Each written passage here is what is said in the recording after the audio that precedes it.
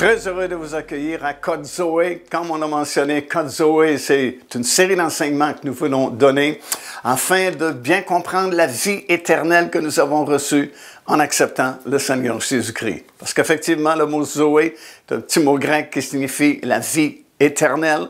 Dans la langue grecque, il y a plusieurs mots pour vie. Le seul mot en français traduit vie, parce que, vous savez, il y a la vie intellectuelle, la vie physique, la vie émotionnelle, mais ce tout petit mot-là signifie la vie éternelle. Et lorsque Jésus a dit, moi je suis venu afin que mes brebis aient la vie, et la vie en abondance, le mot grec c'est Zoé. C'est ce que nous recevons en acceptant le Seigneur Jésus-Christ. Et Code Zoé, c'est afin d'apprendre comment vivre dans cette vie surnaturelle que nous avons en nous, cette vie éternelle.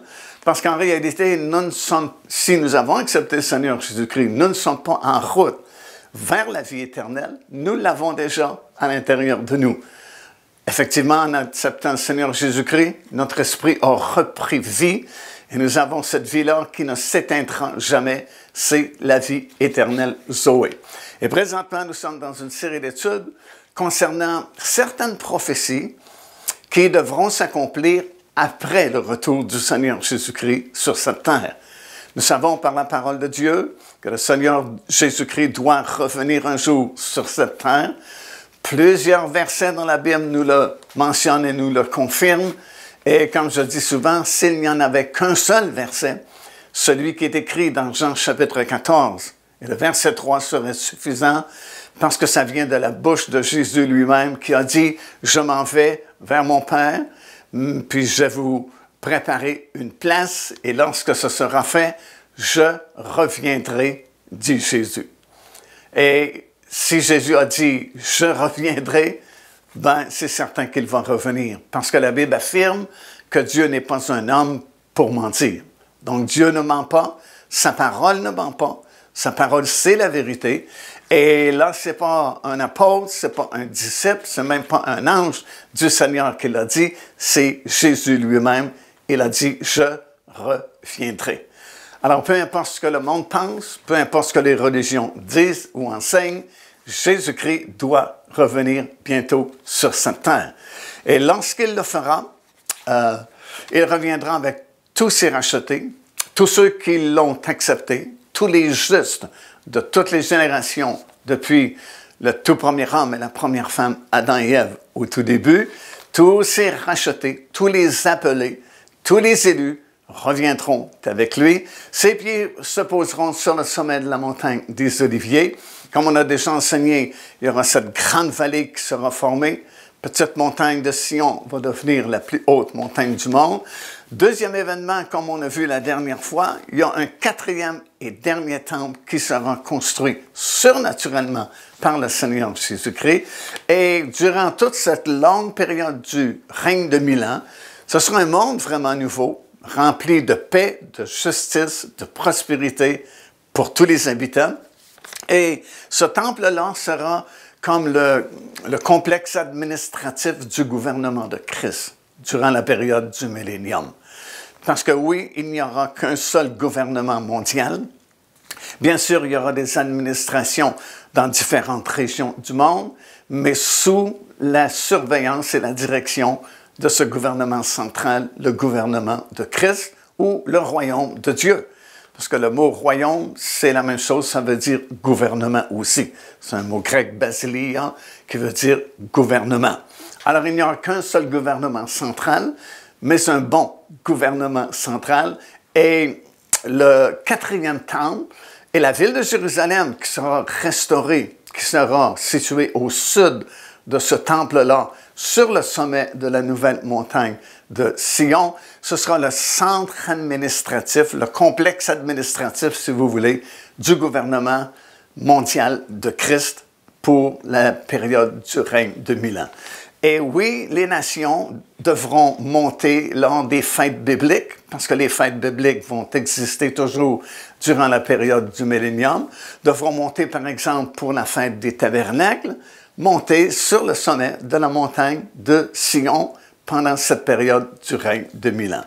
Nations, oui, il y aura des nations parce que Voilà un autre événement glorieux qui va se produire lorsque le Seigneur Jésus-Christ sera revenu.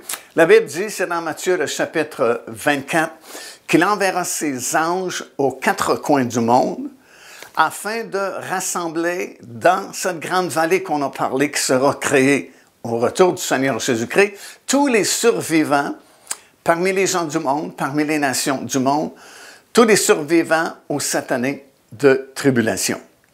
Alors, toutes ces personnes-là, ce n'est pas des gens qui étaient dans l'Église du Seigneur Jésus-Christ ou qui étaient des justes de l'Ancienne Alliance, mais c'est tout simplement des habitants de cette terre qui auront vécu à l'époque des 7 années de tribulation et que d'une manière ou d'une autre, ils auront survécu à cette période de tribulation. Alors, ils seront rassemblés par les anges dans cette grande vallée qui sera créée au retour du Seigneur. Et ils seront jugés.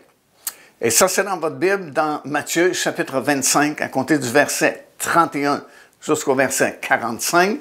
Et ça s'appelle le jugement des nations. D'ailleurs, si vous regardez dans votre Bible et vous allez dans Matthieu, chapitre 25, comptez du verset 31, habituellement, il y a un titre au-dessus du verset 31 qui dit justement « Jugement des nations ».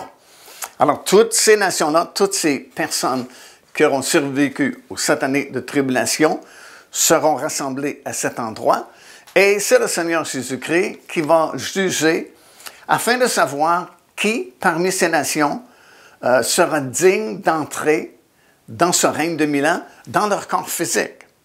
Alors, n'oubliez pas, lorsque le Seigneur Jésus-Christ revient, c'est clair parce que c'est écrit dans la parole du Seigneur, il revient avec tous ses rachetés, tous les justes, tous les saints, de toutes les époques et de toutes les générations. Parce qu'à ce moment-là, lorsque le Seigneur Jésus-Christ reviendra sur la terre, tous les justes, tous les rachetés de l'Éternel, tous ceux qui ont été appelés, seront déjà ressuscités. Donc, ils seront dans leur corps glorieux. Mais ces nations qui auront survécu aux 7 années de tribulation ne sont pas morts, donc ne sont pas ressuscités, ils sont dans leur corps physique et ils seront jugés pour savoir s'ils sont dignes, tout simplement, d'entrer à titre de nation dans le règne de 1000 ans, parce que durant toute cette longue période du millénium, la terre sera repeuplée par ces nations-là. Alors, ceux qui ne sont pas jugés dignes d'entrer dans le règne de 1000 ans à titre de nation seront jetés dans le séjour des morts, là où sont tous les autres morts, et ils y resteront dans ce séjour des morts jusqu'à la fin du règne de 1000 ans, alors que le grand trône blanc va apparaître dans le ciel. Ils vont revenir à la vie, seront jugés, et malheureusement, leur destination éternelle sera l'étang ardent de feu. Alors, ceux qui ne sont pas jugés dignes se retrouvent dans le séjour des morts, mais ceux qui seront jugés dignes entreront à titre de nation dans ce règne de 1000 ans. Et ce sont eux qui repeupleront la terre, et c'est sur ces nations-là que les enfants de Dieu régneront, parce que nous avons la promesse qu'un jour, nous régnerons avec le Seigneur Jésus-Christ dans le royaume de Dieu partout sur cette terre. Alors, ces gens-là vont reconstruire les villes qui ont été détruites durant les 7 années de tribulation. Il y aura des nations, il y aura des pays, il y aura de la construction, la vie reprendra et ce sera un monde presque parfait où il y aura la paix, la joie et la prospérité et la santé pour tous. Et donc, il y aura 2 classes de citoyens durant cette période du règne de 1000 ans, les nations qui seront dans leur corps physique et les rachetés de l'Éternel qui, eux, seront dans leur corps glorieux. Et ce sera facile de distinguer entre les deux parce que tous les rachetés de l'Éternel seront lumineux, à des degrés différents, parce que Paul enseigne dans 1 Corinthiens chapitre 15, certains vont briller comme le soleil, l'autre comme la lune, d'autres comme les étoiles seulement. Mais du moins, tous les rachetés de l'Éternel auront un corps lumineux, tandis que les nations seront dans leur corps physique habituel.